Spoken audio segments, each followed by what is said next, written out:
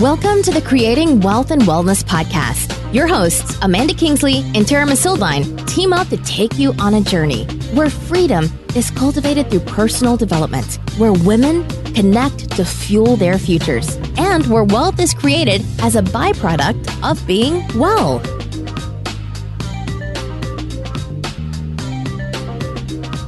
Hi, everybody, and welcome back to the Creating Wealth and Wellness podcast with me, Tara Missildine, and my lovely friend, Amanda Kingsley. We are back with you today with another episode, and today we are actually going to talk about creation, the magic thereof. So we are the Creating Wealth and Wellness podcast, and we want to talk a little bit more about that. But as you know, we decided that we were going to start every show with a gratitude, which we think that is a great place to start everything we do. So Amanda, what are you grateful for today? Well, since at the time of this recording, it's still summer and my kids are not back in school, I'm going to give big gratitude to my big kids because my kids are 13, 10, and 3. And so I have this amazing ability to actually pay my oldest to watch the youngest. So that I can have this time. That's sort of awesome. Mostly interrupted. So I don't guarantee there won't be loud bangs or noises upon, but I'm so grateful for that. Having a kid almost 7 years post, we have a really big gap, and she's such a gift. She's just an absolute gift, and I can trust her, and she's just so giving and loving to her brother, and that's my gratitude for the day. That's awesome. I'm feeling it. What's your? Yeah. So my gratitude today, I am actually going to give it to first world problems, because good one. that has been the story of my week this week while we're recording. It has been like major, like super frustrating, unexpected problems, but they are all problems that most of the world would probably like just wish they had. So I'm going to give it to that, first world problems, and they get to be mine. I love it. That one made me go, oh. So I feel good about that. All right, awesome. So let's jump into this topic, because obviously creation, with it being in the name of our podcast, means a lot to both of us. It's very important to us. So what are we going for here? So in my mind, there's a lot. This is like a really big topic. Oh yeah, huge. And I would recommend people actually look into, get off this call and do more research. Get on your Google and learn more about that concept of creating wealth, creating health, creating abundance versus tapping into it. The easiest way to describe it is that most people feel like there's a set amount of goodness in the world. There's a set amount of wealth in the world, or abundance, or resources, and that we each have to get a hold of what belongs to us or what we think we want or deserve. All people define it different ways, but to start to understand that concept of creating, and of course you can't create water.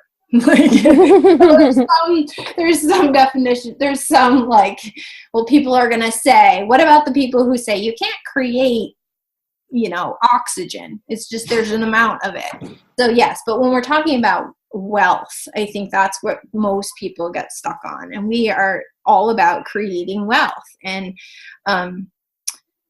it's really about understanding that concept that you're not taking away from someone else when you create wealth in your life. And I think that's really actually kind of hard to wrap your head around, but so important.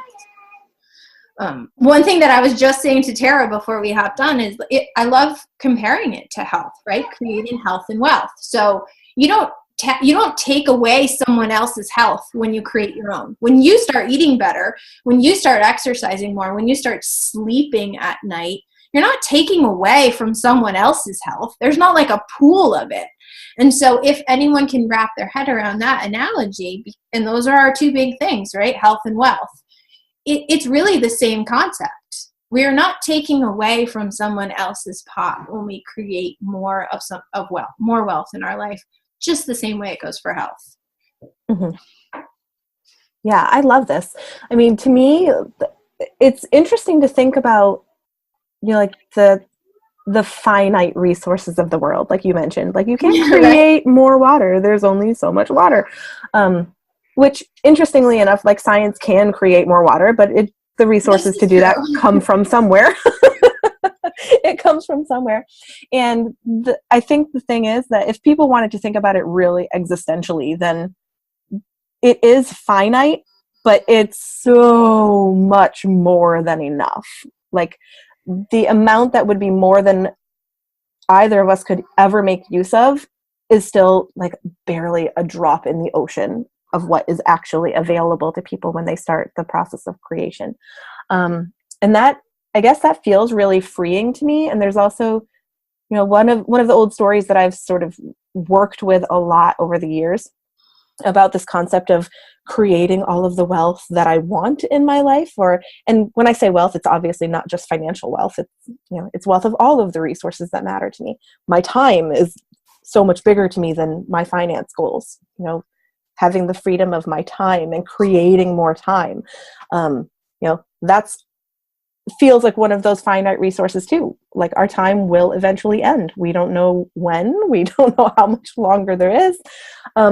But you can create time just by redirecting the way that you're using it now. Like, you can use it very unintentionally and it will just sort of wither away. And, opposed to that, you could create a lot more time by being super intentional with what you're doing. So I really love this idea of, like, the unlimited limited, I kept getting this visual when you talked about, like, going back to resources. And sometimes when I fly in a plane, right, like, you leave from a really big city, and I live in the country, so I'm used to, like, so many natural, beautiful, incredible resources. But if I'm in a city and I fly right during the day, and you look down and you go, there's so much land. Mm-hmm. There's so many trees giving us oxygen. There's so much water. That doesn't mean we go home and don't treat it well because there's so much of it.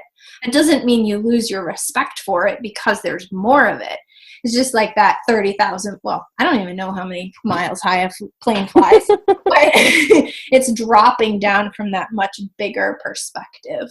I just kept getting that visual when you were talking about it and going like, oh, I can just take a deep breath and think about it a little bit differently because I see it now a little bit differently. Yeah. And this actually, what you're saying actually ties right back into the thought process that I was on and wasn't really articulating well.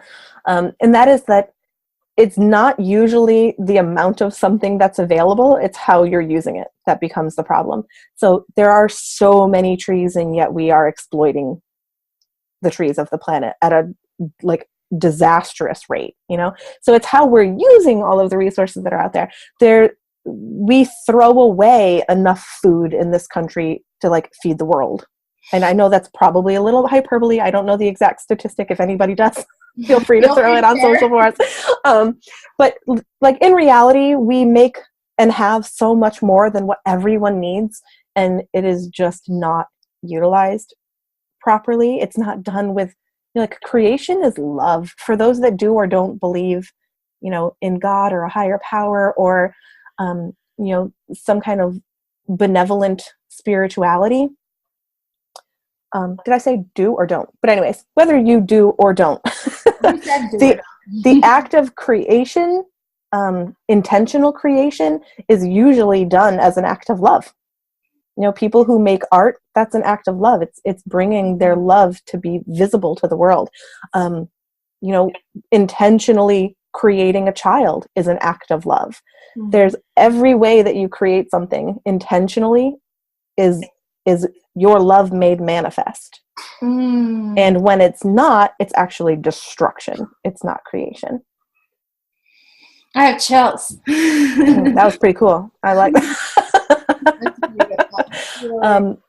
Yeah. So what we are after is sort of that magic side of creation. not Intentional. absolutely never creating something that brings anything else to harm or it takes away. But there's also this piece of like, we, in this circle, and people who are, committed to self-development, it's usually because we know we are the first link in the chain of healing the entire universe. We have to heal ourselves. And having, now I'm getting a little too deep. I'm losing myself. Yeah, I was just thinking again, like, it's a good place to go. Like, we don't create love. The love exists. We just we intentionally make choices that allow us to step into it. Right. Mm-hmm. Yep, definitely. So yeah. Wow. And also, like, when you learn to create wealth or wellness or more love or relationships, when you're in the act of creating, you're not in the energy of striving toward, because there is no scarcity when you know that your ability to create is still there. Like, you can make as much as you need. We should do a whole episode on scarcity for sure. I'll make a note. Please do. You know what I mean? But that's also like people who are starting to heal the world by healing themselves. Usually one of the end games is to have more than enough of what they need so that they can overflow and heal and make life easier or better for other people too. I know that's super important for you in what you're doing. Through the Y Hive, you are connected with empowering other women and moms to be able to be the moms that they want to be without having that financial stress on their shoulders. Absolutely.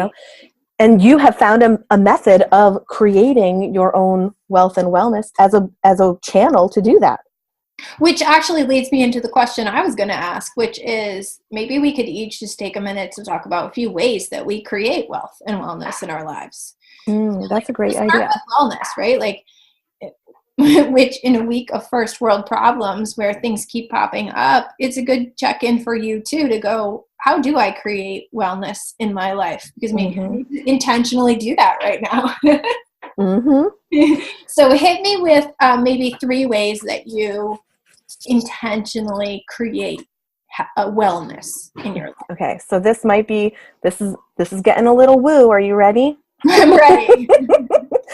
Okay, so I would say one of the ways that I very intentionally create wellness is by making sure that any karma I'm stirring up is my own and not anybody else's. So if, like I had an issue, one of my first world problems this week was a sort of betrayal. And I'm not going to go into like details or anything like that. And the couple of people that I shared it with, like, because they love me and they were feeling extremely defensive on my behalf, the advice I was getting felt very reactionary and very like sort of,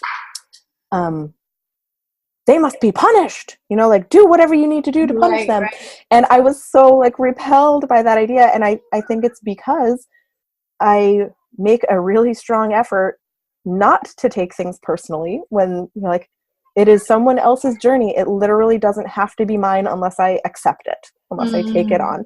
So I try to get over things really quickly and let them go. And then then I'm dealing with like my own internal stuff of having let it go, but at least it's no longer a trigger that can be triggered by anybody else. I no longer have to feel weird if I make eye contact with somebody about it. I no longer have to worry about defending the truth later on. So really protecting sort of like the karma and emotional stuff that I take on is I'm gonna take my that number as one way. Of my 3 too, because this happened to me yesterday. I had this like really social media makes a lot of things public that aren't otherwise, and I had this sort of interaction yesterday where I had to let go. I had to choose to let go, and to do that, I kept reading back the interaction and going, did I speak true to myself, true to love, true to what I believe is right? Did I protect and hold space the way that I choose to do every day, Mm-hmm. okay, this isn't on me anymore. Now I can let go. Exactly. Now But we can you have to review it like a million times Yep. in your head before you're like, okay, I choose wellness here. Yes, exactly. Be clear and complete whether you like started or fed the situation at all, or whether it felt like it happened to you. You still get to decide entirely what you take on and how you react to something. So and granted, it doesn't work every time, but it does work a lot. Like, I'm kind of like a duck with emotional things. They go pretty easily off my back. And I don't really have any enemies. So far it's working. Yeah. Yeah. And So these things are easier said than done. I mean, it takes totally. lot of practice. It's a life's work thing. Yeah, for Totally. sure. Because even like in my situation yesterday, I was having moments where I went, how would I have dealt with this 5 years ago, 10 years ago? And it would have been so different because I've invested so much time and energy into working on how to react and how to make choices in alignment with where I want to be in life and the world and humanity and my heart. Yeah. And on that personal growth journey, it's hard to know how much you've grown until you face something like that. And then when you handle it like a different person than you would have before all of your personal growth in the last 5 years, then you're just like, oh wow, it is working. I love that moment where you're like, I am growing. Yep. All right, so we were going to talk about 3. We were, but maybe we've taken up a lot of time on 1. I'm not sure. You have the timer, but we could move into we still have a few minutes. Okay. Yeah. So how do we create wealth? Yeah. I mean, I pretty much never stop. Right. Creating. We as entrepreneurs are automatically in that category of wealth creation, right? Because we're not. Say there's a grocery store, right? There's a set amount of jobs in that grocery store. Mm-hmm. You could open a new section and create more jobs, but we as entrepreneurs are creating value in the world for people that isn't offered other places. Even if it's coaching, say, which is similar to what other people do, it's your style, it's your version, it's your creation. So I would say that by being entrepreneurs in general, we automatically sort of fall into that category in a lot of ways. Yeah, definitely. So we're just trying to create a more authentic, like, offer to the world of who we are. And I have found that the more authentic my offer, the easier the sale is every single time. You know, the more wholeheartedly I can stand behind what I'm saying and just know it to be true, be a model of how it is true. You know, that if I'm sharing the beauty of what something has done for me, then it doesn't take any actual sales skills at all. You know, the closer it is to me, the easier it is to share.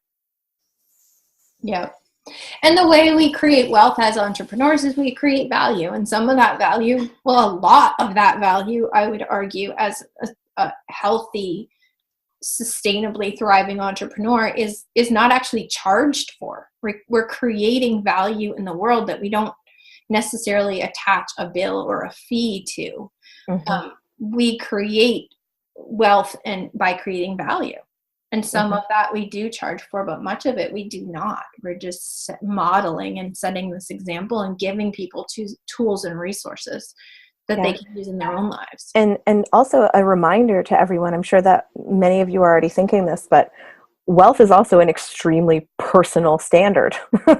So what looks like wealth to me is so different than probably many of you listening, and vice versa. So it doesn't have to be creation of one thing, a certain, 6-figure income in a year, or, like a certain number of people on your team. It doesn't have to look that way if that's not what would translate to your version of wealth. Which is perfect for the creation, right? I mean, we're exactly. We're designing it. Yep. Goes back to the artist, right? You get to design what you want it to look like and what will feel like a true expression of who you are. Yep, totally. So we are not in the process of accumulation here, folks. We are in the process of creating what we want our lives and this world to be. So whew, exciting.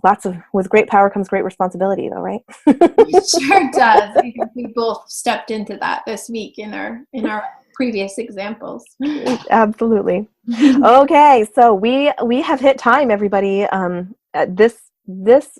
These chats go so fast with Amanda for me that I hope that you are finding a lot of value in them. Please, we're going to close the show with our asks, but make sure that you let us know what yours are this week too.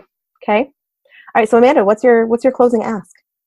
Oh, okay. So if anyone is a font or design expert, I'm going to go with this one for today. I'm really fascinated by fonts these days. And so I'm creating a new website, which may be launched by the time this is aired, but I'm still interested in your perspective. Send your favorite font suggestions. So I'm looking for things that feel friendly and creative and abundant and joyful. But I get so overwhelmed. I'm like, there's so many fonts. And then I get frustrated to go back to the same ones every time. So if anyone has font opinions or loves or programs that allow you to sort of narrow down, I want them. Send them my way. Cool. All right, cool. So my ask is actually kind of for myself if I ever need it. And secondly, for all of you. And that is the next time somebody just royals you, just, next time you are really on the receiving end of it, figure out how you can give more grace in that moment. Not making any excuses, being unapologetic for the behavior of that person, but just give it pure grace and let it go. And I think if we all did that even once. Yes. And then if you actually do have something like that pop up for you and you are able to do this, please let me know. And actually, I will read all of them, and my favorite one will get a special gift from me. So if you have one of these, a moment of just like what could be total yuck, and you find a way to bring pure grace to it, let me know, and my favorite will get a gift. Beautiful. I love it. All right, awesome. Episode. Yeah, we will see you all next week, or not see you, but we'll be talking to you next week. Take care, everybody.